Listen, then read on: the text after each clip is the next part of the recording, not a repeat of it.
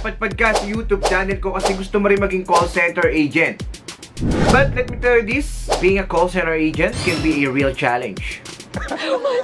Welcome back to my channel. This is Kuya Rene Boy. For today's video, let's talk about the 6 mistakes, okay? Kadalasang kamalian ng mga aplikante sa BPO kung bakit bumabagsak sila. And since gusto mo rin maging call center agent, sasabihin ko sa inyo yung mga dapat ninyong iwasan kapag nag-a-apply kayo sa call center at lalong-lalo na kapag ini-interview ka na. Itong 6 common mistakes na sasabihin ko sa inyo ngayon ay talagang makakatulong sa'yo para mapataas mo yung chance mo na makapasa sa BPO industry. Libo-libo na nakapasa sa YouTube channel ko, gusto ko ikaw na ang susunod. Kaya kung bago ka lang sa YouTube channel ko at gusto mo rin ng mga ganitong uri ng content, don't forget to like this video at click yung subscribe button at yung notification bell para updated ka pa sa mga paparating ko pa mga videos. Before we start guys, gusto ko lang i-shoutout and congratulate ang nanalo ng 500 Gcash dahil sa comment niya. Kung gusto mo rin manalo, comment down sa baba kung gaano ka pogi si Kuya Rene Boy. Without further ado, let's get started.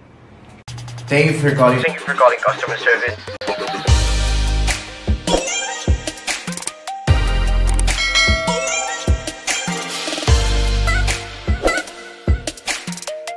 What's up guys? Nagbabalik ang inyong lingkod, Kuya Rene Boy, para magbigay na naman sa inyo ng mga solid, sure hard tips para makapasa ka sa call center industry. Maswerte ka na naman at napanood mo to dahil marami ka matututunan for today's video. Para at least alam mo na yung mga common mistakes ng mga call center applicants kung bakit sila bumabagsak. Kung ikaw, first timer ka pa lang, at least may idea ka na. Yung tipong pagpunta mo ng call center company or pag nag-apply ka sa mga recruitment hub nila, alam mo na yung mga gagawin mo at saka yung mga dapat mong iwasan. At syempre, shoutout din sa mga call center aspirant natin na nandito ngayon na nanonood para matuto at para magkaroon ng idea sa BPO industry. Sa mga new subscribers natin dyan, say hi, Kuya Rene Boy. Shoutout natin yan sa next video. Hindi ko na ito patatagalin. Alam ko na iinip ka na rin. Let's move to our first common mistake, number 6. Generic resume or cover letter. Guys, 2023 na. Syempre yung mga resume natin, dapat kapag magpapasa tayo ng ganyan, hindi yung generic. When we say generic kasi, yung mga nakaugalian natin, yung iba galing pa sa biodata, yung mga objective, galing sa Google, yung mga ganyan-ganyan. Paano natin mai-impress yung mga employer or yung mga interviewer kung ganyan yung mga nakasulat sa resume natin? Guys, palagi ko sinasabi sa mga videos ko na ang resume natin ang nagsisilbing 30-second pitch para ipakilala yung sarili natin, para makakuha ng atensyon ng mga interviewer, para piliin nila ang resume ninyo sa kabila ng napakarami nag-a-apply araw-araw.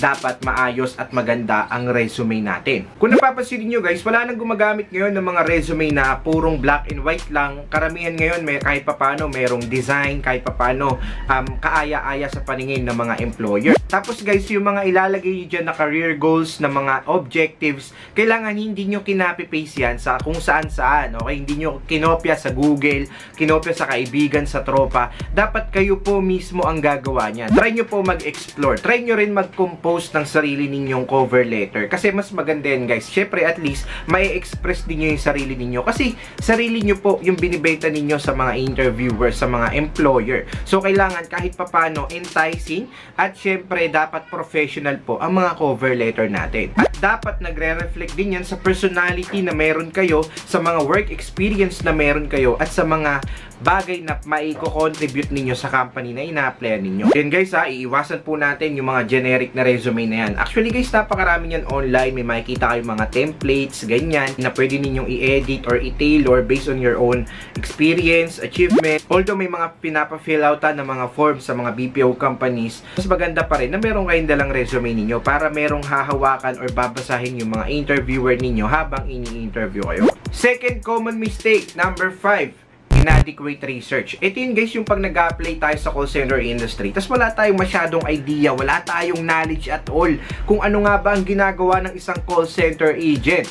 Kailangan guys, bago tayo mag-apply, nakapag-research tayo about quality customer service, ano nga ba ang ginagawa ng isang call center agent, paano nga ba sila nag-a-assist ng customer via phone, at syempre dapat nagre-research din kayo dun sa background ng isang call center company. Halos lahat ng information na kakailanganin ninyo, makikita nyo yan online. Isa-search nyo lang yung website. For example, nag-apply kayo sa VXI. Ang gagawin nyo lang guys, pupunta lang kayo sa website nila. Punta kayo sa career, sa mga about us, yung mga ganyan. Malalaman ninyo yung mga milestone ng company na yan, yung background niya, yung mga achievement, yung mga awards na natatanggap ng company, yung mga mission and vision, at syempre, yung mga core values ng company na yan. Kasi guys, real talk, you'll never know kung ano yung mga itatanong sa'yo ng interviewer. Kadalasan dyan, tinatanong pa nila, why did you choose our company? There are a lot of BPO companies out there. Why did you choose us? O diba, paano mo sasagutin yan? Kadalasan, humuhugot pa sila sa mga core values nila na mga itatanong sa'yo sa interview. For example, yung word na integrity, yung efficient, yung word na diligence, yan yung mga example ng mga core values ng mga company na yan.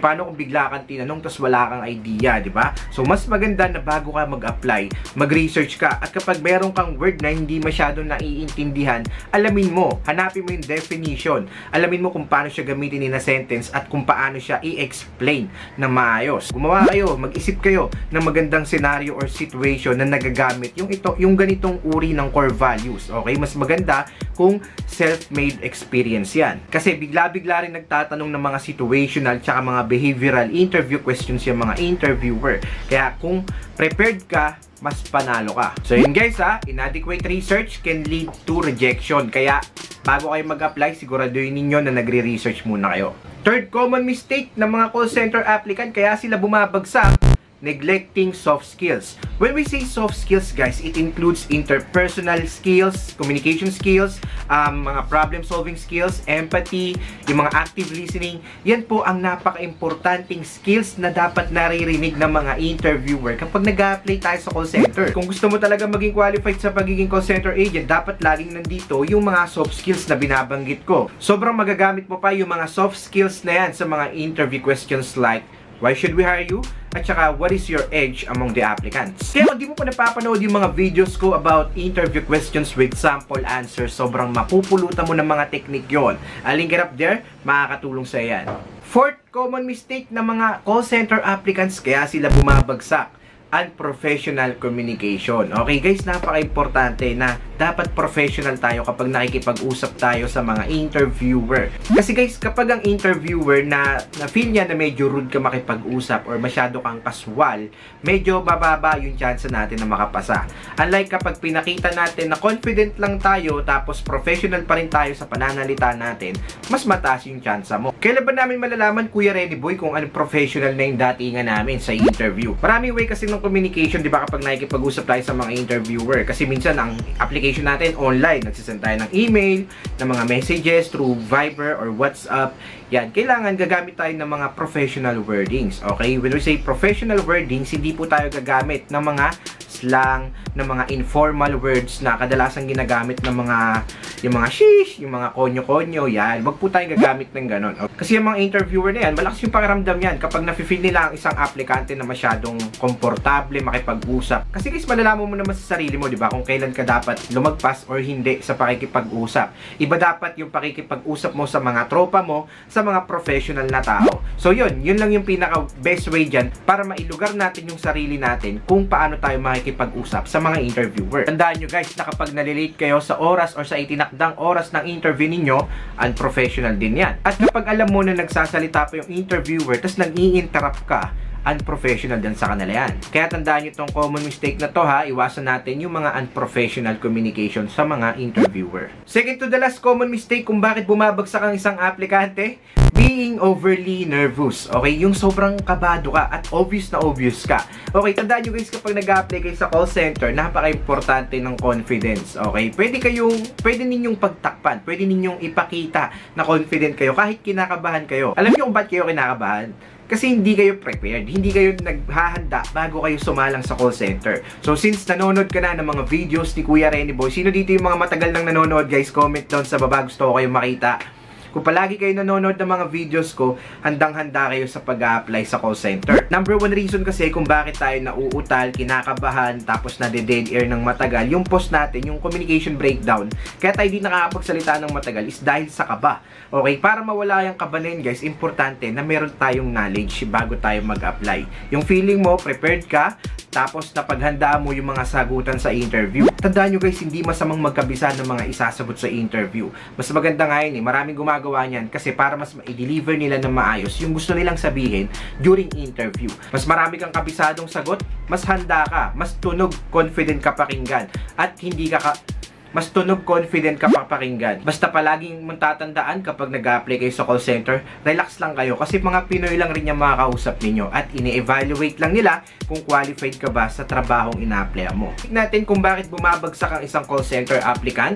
Lack of enthusiasm. When we say enthusiasm, ito po kasi guys yung willingness mo na makapasa sa pag-apply sa BPO. Kasi guys, mafe-feel ng interviewer kung parang laro-laro lang sa'yo yung pag-apply sa call center, parang pinagtitripan mo lang, or parang hindi ka naman masyadong sincere sa pag-apply mo. So, lagi nyo tatandaan kapag nag-apply kayo sa call center, ipaparamdam ninyo kahit sa resume pa lang, sa cover letter pa lang, or sa verbal communication pa lang, dapat ipa-feel nyo sa interviewer na kailangan ko tong trabaho na to. Dapat ganyan yung mindset natin kapag nag-a-apply tayo. Yung tipong sinesales talk mo sila para ikaw ang i-hire nila. Kasi guys, kapag punong-puno tayo ng enthusiasm kapag nag-a-apply tayo sa BPO industry, kahit sobrang daming applicant dyan, magi-stand out ka, tandaan mo yan. Ikaw yung pipiliin ng interviewer kasi okay naman yung confidence mo. Kahit medyo may problema ka sa English communication skills, meron naman training, matututo at mahahasa ka pa rin. Kaya nga maraming pumapasa sa call center kahit hindi magaling mag-English kasi pag nakitaan ng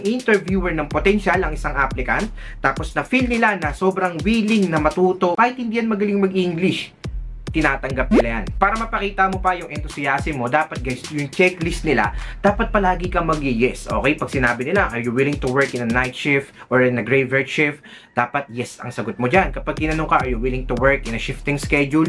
Dapat yes ang sagot mo dyan. O diba? Kasi nga, ikaw yung naghahanap ng trabaho at tong kumpanyang ina-apply mo ang tutulong sa'yo para makamit mo yung inaasam mong call center job. So that's it for today's video. Sana may natutunan ulit kayo sa video ni Kuya Rene Boy. Para ma-make sure natin na makakakuha ka ng job offer, pipirma ka ng kontrata, pag uwi mo, pa-burger ka sa family mo. Sobrang proud kami sa'yo anak kasi pasado ka sa pag-a-apply mo sa call center. Hoy, huwag mo kakalimutan ha, pag nakapasa ka sa call center, gusto ko makita yung comment mo next time.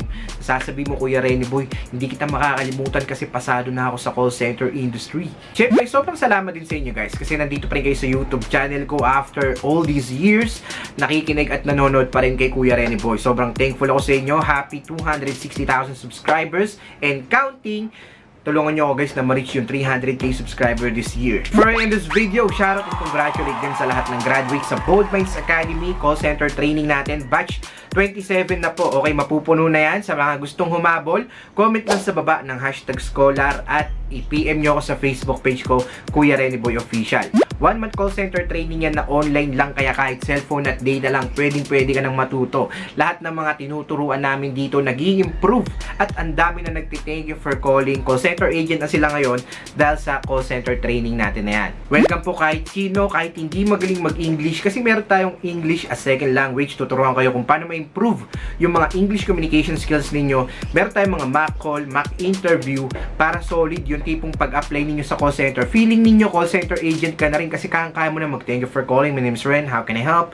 Kaya nyo na mag-phonetics. Basta, sobrang life-changing ng call center training namin kaya maraming nag-iiyakan kapag graduation na. So yun, hopefully makita kita sa next batch ng call center training natin. Shoutout sa lahat na nagpapa-shoutout dyan. God bless us all.